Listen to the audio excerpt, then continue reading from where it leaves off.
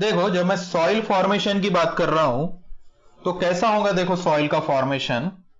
सबसे पहले एक प्रोसेस उसमें इन्वॉल्व है। क्या प्रोसेस है, मैं पूरी प्रोसेस आपको बताता हूं कि सॉइल कैसा फॉर्म होता है। सबसे पहले ये जो प्रोसेस है ये साइकिल है, पहले तो बात याद रख लो। फॉर्मेशन ऑफ सॉइल जो है ना ये एक साइकिल है जो कि स्टार्ट होता है वेदरिंग से। वेदरिंग को ही हम लोग डिसइंटीग्रेशन भी बोलते हैं। तो वेदरिंग से ये स्टार्ट होता है, उसके बाद उसमें सेकेंड प्रोसेस जो आता है वो है आपका ट्रांसपोर्टेशन। इंपॉर्टेंट है, मैं आपको एक्सप्लेन करने ही वाला हूं। अभी ये साइकिल बना लो आप लोग। ट्रांसपोर्टेशन हो गया उसका, ट्रांसपोर्टेशन के बाद होता है उसका डिपोजिशन।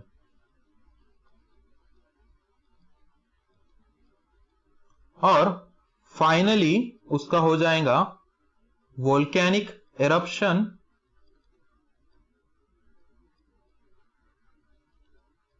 या फिर अपहीवल भी बोलते हैं हम लोग इसको। और वापस ही साइकिल वेदरिंग से स्टार्ट हो रहा है। वन बाय वन मैं बात करूंगा तो आप लोग ये फॉर्मेशन ऑफ सॉइल जो है इसकी साइकिल बना लो, जो कि स्टार्ट होता है वेदरिंग से। अब वेदरिंग क्या मतलब मैं बात कर रहा हूं, वेदरिंग क्या है वो बोल देता हूं मैं सबसे पहले। What is weathering? Weathering means disintegration of rock. अब ये क्या चीज है मैं बात करता हूं। देखो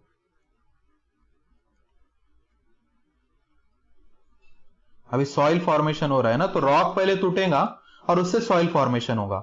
so what is weathering? Weathering is the disintegration of rock. Rock का टुकड़े होना। ये मेरा रॉक है जो कि काफी मजबूत है, बट हुआ क्या, ये जो रॉक था जो ऑलरेडी फॉर्म हो चुका था इसके टुकड़े हो रहे हैं। ठीक है, इसमें क्रैक्स आ रहा है, इसमें फ्रैक्चर्स आ रहा है, इसमें फोल्ड हो रहा है, इसमें एक्सटर्नल बहुत सारे एजेंसीज है, एक्सटर्नल प्रेशर वो लगा रहे हैं और उसकी वजह से वो क्या हो जा रहा है, रॉक मेरा ब्रेक हो जा रहा है, टुकड़े हो जा रहा है। डिसइंटीग्रेशन मतलब क्या? ब्रेक होना, टुकड़े होना। सो ये टुकड़े हो जा रहा है, ये प्रोसेस को मैं बोलूंगा वेदरिंग प्रोसेस। सो तो पहले प्रोसेस जो है वो है आपका वेदरिंग, जिसमें क्या होता है, रॉक टुकड़े हो जाता है, टूट जाता है। अब मैं बोल रहा हूं, देखो यहां पर मैं बोल रहा हूं कि रॉक टुकड़े हो रहा है, तो टुकड़े होने के लिए कुछ ना कुछ तो रिस्पॉन्सिबल रहेगा ना उस पे। अगर ये टुकड़े हो रहा है तो इसमें वेदरिंग जो हो रहा है तो वो उसमें कुछ एक्सटर्नल एजेंसीज तो इन्वॉल्व रहेंगे ना, कुछ भी हो सकता है। वो क्या होता है, देखो अभी ये मेरा रॉक है, ये टुकड़े हो सकता है। मान लो अगर समंदर के पास है, वेव्स के पास है, तो वेव्स की वजह से वो टुकड़े हो सकता है। अगर उसके ऊपर बहुत बड़ा एक झाड़ आ गया, एक बहुत बड़ा ट्री अगर उस पर आ गया, उसके नीचे रॉक है, तो ये ट्री के जो रूट्स होते हैं ये पाथ ढूंढते हैं, काय के लिए, बड़ा होने के लिए, उसको ग्रो होने के लिए। और जब उसके पाथ में कोई रॉक आ जाता है तो वो रॉक में क्रैक्स करना शुरू हो जाते हैं, जिसकी वजह से भी डिसइंटीग्रेशन होता है। डिसइंटीग्रेशन मतलब क्या?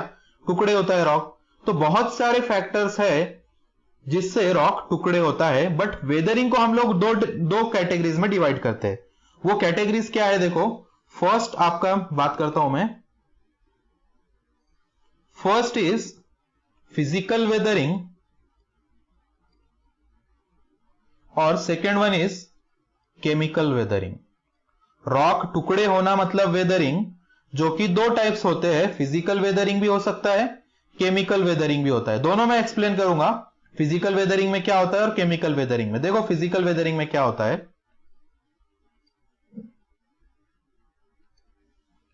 फिजिकल वेदरिंग किसकी वजह से होती है, देखो what is physical weathering? It is the disintegration of rock या breaking of rock, breaking of rock due to कौन से फोर्सेस रहेंगे या किस वजह से वो ब्रेक होगा। फिजिकल वेदरिंग किस चीजों से होंगी? First, flowing water. Flowing water अगर रॉक पर इंपैक्ट करता है तब क्या होगा? फिजिकल वेदरिंग होगा। उसके बाद इंपैक्ट या ग्राइंडिंग एक्शन, इंपैक्ट स्पेशली, या उसको आप बोलो एक और एक वर्ड है, ये वर्ड्स मैं इसलिए बात कर रहा हूं आपके सामने कि एग्जाम में ऐसा ही वर्ड्स पूछ सकता है। Grinding action of again water, water के ग्राइंडिंग या इंपैक्ट से वजह से भी क्या होगा? फिजिकल वेदरिंग होगा। उसके अलावा वेजिंग एक्शन। अब वेजिंग एक्शन किसका होता है वो भी मैं बोलूंगा, अभी मैं सिर्फ लिख लो आप मेरे साथ। देखो अभी मैं वन बाय वन बात करता हूं, पहले मैं पूरे पॉइंट्स लिख लेता हूं किन किन वजहों से ये रॉक ब्रेक होगा। उसके बाद एब्रेशन की वजह से भी फिजिकल वेदरिंग होगा। ठीक है, इतने सारे फोर्सेस है। या इवन ट्री रूट्स, ट्री का मैंने बात किया था ना, ट्री के रूट्स की वजह से भी हो रहा है वो। इतने सारे रीजंस है जिसकी वजह से कौन सा वेदरिंग होगा, फिजिकल वेदरिंग होने वाला है। ठीक है, अभी मैं वन बाय वन बात करता हूं। पहले मैं बोल रहा हूं breaking of rocks due to flowing water. मैंने आपको यहां पर एक डायग्राम बनाया था ना कि मान लो तुम्हारा ये बड़ा सा रॉक है और इस पर एक फ्लोइंग वाटर क्या हो रहा है, इस पर वाटर आ रहा है। ठीक है, दिस इज वाटर एक्शन। सो ये क्या करेगा, इंपैक्ट क्रिएट करेगा ना इस रॉक पर। क्या क्रिएट कर रहा है वो, ये इंपैक्ट क्रिएट कर रहा है। और इंपैक्ट क्रिएट होने से ये रॉक में क्रैक होना शुरू हो जाएंगे और क्रैक के बाद वो रॉक ब्रेक हो जाएगा। ब्रेक होना मतलब क्या, उसका वेदरिंग होना। तो ये कौन से टाइप में आ गया मेरा, फिजिकल वेदरिंग। देन इंपैक्ट और ग्राइंडिंग एक्शन ऑफ वाटर, वही बस अलग वर्ड में लिखा हूं मैं। Next waging action of ice. अब होता क्या है देखो, मान लो वापस इमेजिन करो ये आपका बड़ा सा रॉक है, इसमें वाटर की वजह से क्रैक तो हो गया, चलो ये क्रैक हो गया, लेकिन अभी भी ये सॉइल बनने जैसा ब्रेक नहीं हुआ। अब इसमें क्या होगा, वाटर अगर जाकर बैठ गया और आपका सीजन ऐसा है, मतलब ऐसा वेदर है, आपका नेचर वहां पर ऐसा है कि उसमें आइस भी फॉर्म हो सकता है, इतना ठंडा वहां पर नेचर है। तो ये इस पार्ट में देखो, यहां पर क्या होगा, वाटर जाकर बैठ जाएगा और वहां पर वेजिंग एक्शन होगा, मतलब आइस के वेज फॉर्म होंगे और उसकी वजह से क्या होंगे, वो एक्सपांशन या कॉन्ट्रैक्शन होगा इसका। उसको हम लोग इंग्लिश में बोलते हैं freezing and थॉइंग। So freezing and थॉइंग होने की वजह से आइस का, उसकी वजह से भी क्या होगा, रॉक मेरा ब्रेक होगा और ब्रेक होने की वजह से उसका डिसइंटीग्रेशन होगा। That is nothing but your weathering. So ये भी फिजिकल वेदरिंग का एक टाइप है। नेक्स्ट एब्रेशन, अगर रॉक किसी और चीज से घिसा जाता है, एब्रेशन मतलब क्या, वो घिसा जा रहा है, उसके ऊपर और एक लेयर आ जा रहा है रॉक का और इसकी वजह से वो घिसा जा रहा है, तो रॉक घिसने की वजह से, उसका एब्रेशन होने की वजह से भी टुकड़े होंगे और वो आएगा in case of physical weathering.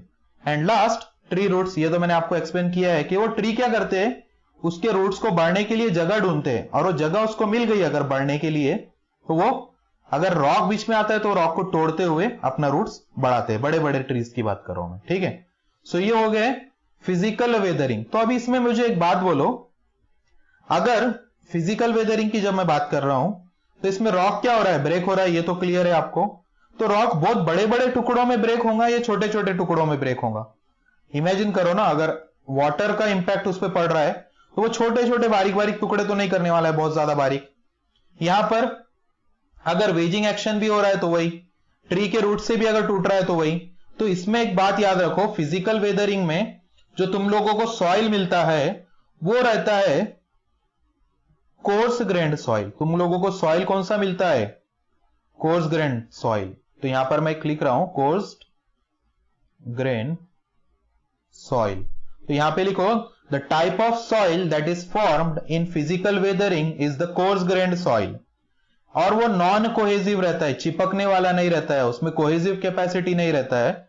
वो जो सॉइल हम लोगों को मिलता है फिजिकल वेदरिंग में, वो मिलता है मुझे नॉन कोहेसिव सॉइल, जो कि चिपकने वाली कैपेसिटी नहीं है उसकी, वो वाला सॉइल मुझे मिलता है। ठीक है, फिजिकल वेदरिंग में। तो एक बात तो क्लियर हो गया कि जो मेरा रॉक है वो बड़े बड़े पीस में ब्रेक हो रहा है, कोर्स ग्रेन्ड सॉइल उससे फॉर्म हो रहा है। छोटे छोटे पीसेस में वो ब्रेक नहीं हो रहा है क्योंकि अब हमारे एक्शन ही ऐसे है यार फिजिकल वेदरिंग। और नॉन कोहेसिव सॉइल मुझे मिल रहा है, कोहेसिव सॉइल नहीं मिल रहा है।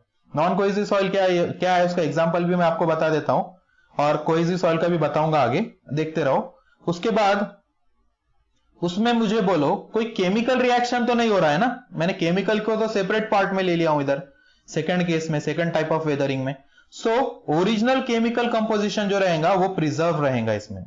यहां पर एक पॉइंट लिखो कि in physical weathering original chemical composition does not change. Original chemical composition does not change या remains same, यहां पर लिख देता हूं मैं remains same या does not change, ऐसा भी लिखा तो चलेगा कि वो सेम रहता है, चेंज नहीं होता है। तो ये बात कर दिया हूं मैं कौन से टाइप के वेदरिंग की, it is type of physical weathering. अब मैं बात करता हूं केमिकल वेदरिंग की। देखो केमिकल वेदरिंग के बारे में बोल रहा हूं मैं। सो केमिकल वेदरिंग क्या है, देखो breaking of rocks into finer particles due to बहुत सारे रीजन हो सकते हैं उसमें।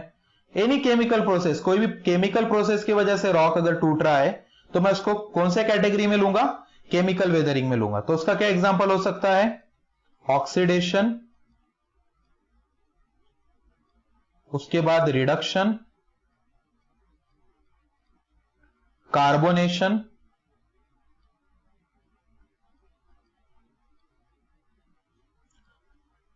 लीचिंग की वजह से भी होता है वो, हाइड्रेशन की वजह से भी होता है।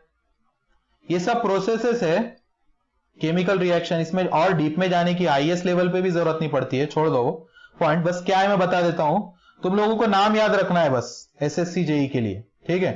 और मैं एक्सप्लेन भी कर रहा हूं, देख लो। ऑक्सीडेशन मतलब कुछ ऐसा होता है, ये मेरा रॉक है, इसमें एटमॉस्फेयर में कांटेक्ट में आने की वजह से इसमें एक प्रोसेस होती है, ऑक्सीजन रहता है ना एटमॉस्फेयर में। ऑक्सीडेशन प्रोसेस में क्या होता है, ये रॉक में कुछ केमिकल लोचा हो जाता है, केमिकल रिएक्शन होता है, जिसकी वजह से रॉक क्या होगा, टुकड़े हो जाएगा। सो वो मैं बोलूंगा ऑक्सीडेशन। रिडक्शन, कार्बोनेशन, ये भी एक सेपरेट प्रोसेस है। कार्बोनेशन में क्या होगा, कार्बन के साथ कांटेक्ट में आएगा, उसका ब्रेकिंग होगा। हाइड्रेशन मतलब ये पता है आपको, हाइड्रेशन वाटर के कांटेक्ट में आने की वजह से कुछ केमिकल लोचा अगर हो रहा है तो।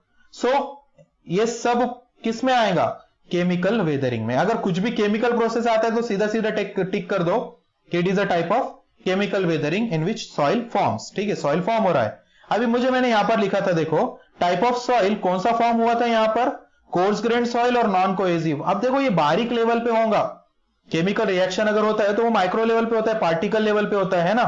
तो ये हाइड्रेशन हो रहा है, लीचिंग हो रहा है, कार्बोनेशन हो रहा है, रिडक्शन हो रहा है, तो इसमें टाइप ऑफ सॉइल कौन सा मिलेगा मुझे, तो याद रखो इसमें टाइप ऑफ सॉइल मुझे मिलेगा फाइन ग्रेन्ड।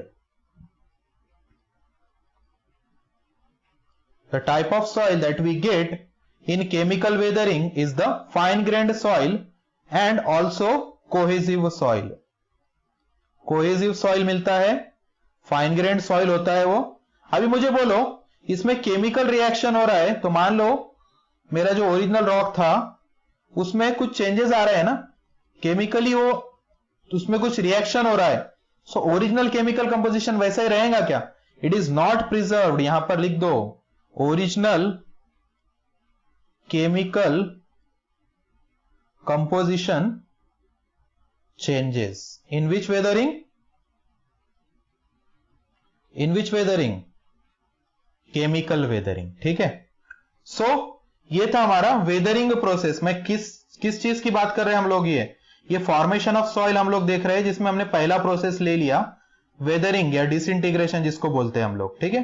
ये दो टाइप का होता है, physical weathering, chemical weathering. Physical weathering में इतने सारे प्रोसेस मैंने आपको बता दिया, केमिकल वेदरिंग में इतने सारे। इसमें कोर्स ग्रेन्ड सॉइल और नॉन कोहेसिव सॉइल मिलता है हमको फिजिकल वेदरिंग में। केमिकल वेदरिंग में हमको फाइन ग्रेन्ड सॉइल और कोहेसिव सॉइल मिलता है।